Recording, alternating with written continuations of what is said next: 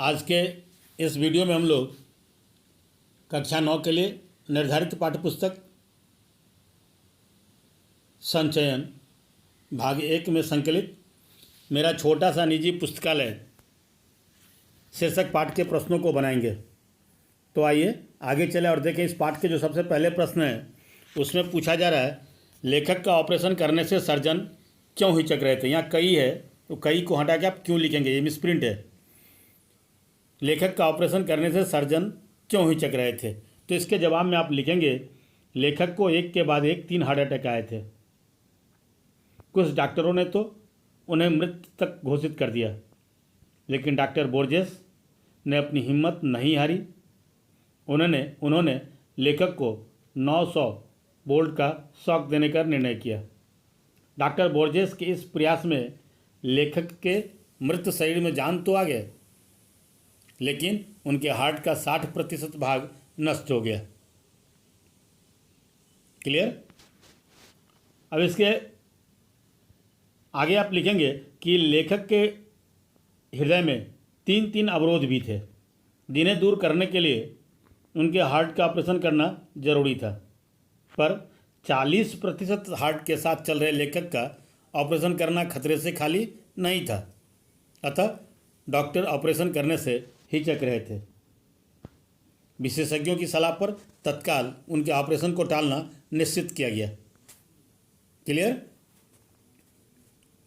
अब इसके अगले सवाल हैं कि किताबों वाले कमरे में रहने के पीछे लेखक के मन में क्या भावना थी। तो इसके जवाब में आप लिखेंगे, लेखक को किताबों से भरी लाइब्रेरी में अकेलापन महसूस नहीं होता था। बरसों से संभाल कर रखी गई उन किताबों से लेखक को बहुत लगाव था।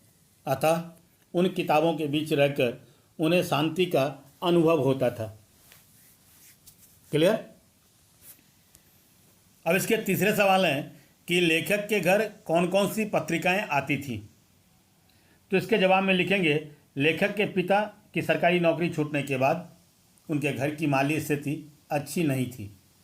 बावजूद इसके उनके घर में कई पत्र पत्रिकाएं नियमित आती थीं, जिसमें साप्ताहिक आर्यमित्र, वेदोदम, सरस्वती, गृहिणी, बाल सखा तथा चमचम के नाम विशेष उल्लेखनीय हैं।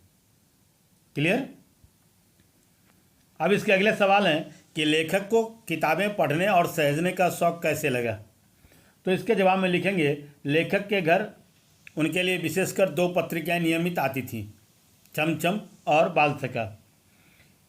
इन पत्रिकाओं को पढ़ते पढ़ते उन्हें किताबों को पढ़ने की आदत सी बन गई। स्कूल से इनाम में मिले अंग्रेजी की 2 किताबों के लिए लेखक के पिता द्वारा दिए गए अलमारी के एक कोने में किताबों को सहेज कर रखने की आदत से ही लेखक में किताबों को सहेजने का शौक उत्पन्न हुआ। क्लियर। अब इसके अगले प्रश्न है, माँ लेखक की स्कूली पढ़ाई को लेकर क्यों चिंतित रहती थी। तो इसके जवाब में लिखेंगे, लेखक अपनी स्कूली किताबों की जगह दूसरी किताबों को पढ़ते रहते, खासकर वेदोदम, सरस्वती, आर्यमित्र आदि। उन्हें दयानंद सरस्वती की जीवनी विशेष आकर्षित करती थी। उनके इसी स्वभाव से उनकी माँ इस बात को लेकर चिंतित रहती थी कि कहीं लेखक सन्यासी न बन जाए। धार्मिक कर्मकांड, रहस्य और ईश्वर आदि के प्रति उनका आकर्षण देखकर ही उनकी माँ अक्सर परेशान रहती थी।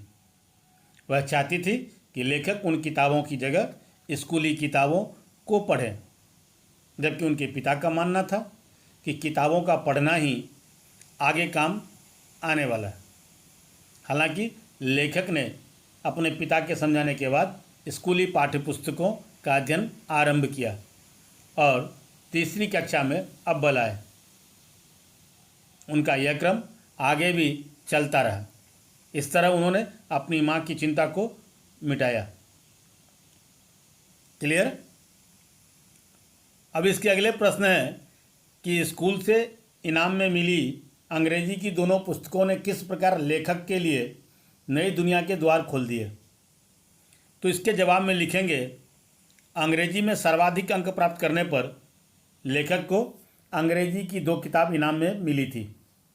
उसमें से एक किताब में पक्षियों की कहानियाँ थी, जिससे पक्षियों की बोली, जाति और उनकी आदतों के संबंध में जानकारी मिलती थी, जबकि दूसरी किताब पानी के जहाज़ से संबंधित थी।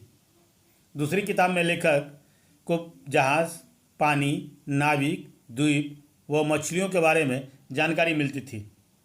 इस प्रकार स्कूल से मिली अंग्रेजी की इन 2 किताबों ने लेखक के लिए नई दुनिया के द्वार को खोल दिए थे। क्लियर? अब इसके अगले प्रश्न है, आज से यह खाना तुम्हारी अपनी किताबों का, यह तुम्हारी अपनी लाइब्रेरी है। पिता के इस कथन से लेखक को क्या प्रेरणा मिली? तो इसके जवाब में आप लिखेंगे, आज से यह खाना तुम्हारी अपनी किताबों का, यह तुम्हारी अपनी लाइब्रेरी है। पिताजी के इस कथन ने लेखक में पुस्तकों के संकलन की चाह पैदा कर दी। लेखक के लाइब्रेरी का सफ़र यहीं से आरंभ हुआ। उम्र के साथ साथ उनमें किताबों के प्रति लगाव बढ़ता ही गया। जहाँ भी गए वहाँ वे किताबों का संकलन करते रहे। एक प्रकार से कहें तो उनमें किताबों को जमा करने की एक सनक पैदा हो गई थी। इस तरह पिता की प्रेरणा से उनकी अपनी लाइब्रेरी बनकर तैयार हुई। क्लियर? अब इसके अगले सवाल हैं कि लेखक के द्वारा पहली पुस्तक खरीदने की घटना का वर्णन अपने शब्दों में कीजिए।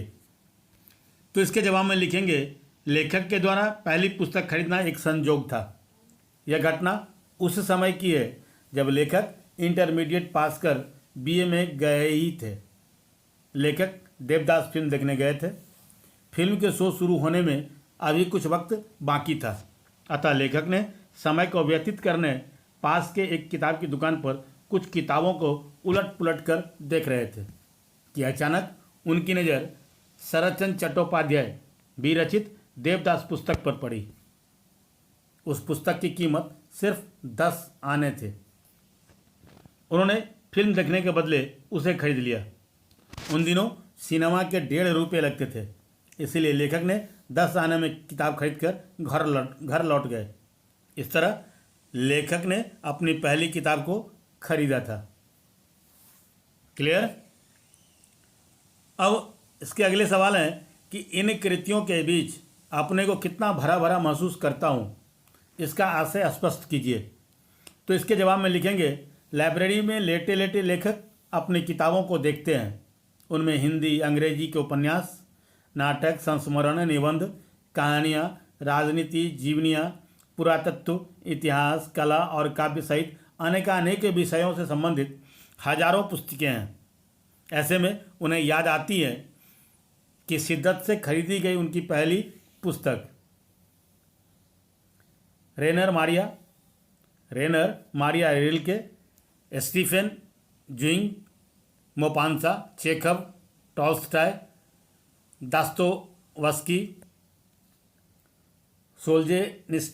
Stephen Spender, Auden, Ezra Pound, Eugene O'Neill, Jean Paul Sartre, Albert Camus, Ionesco के साथ पिकासो, ब्रुसेल, रेम्ब्रा, हेबर, हुसैन आदि हिंदी के कबीर, तुलसीदास, सूरदास, रसखान, जायसी, प्रेमचंद, पंत, निराला, महादेवी वर्मा, न जाने और कितने लेखकों और चिंतकों की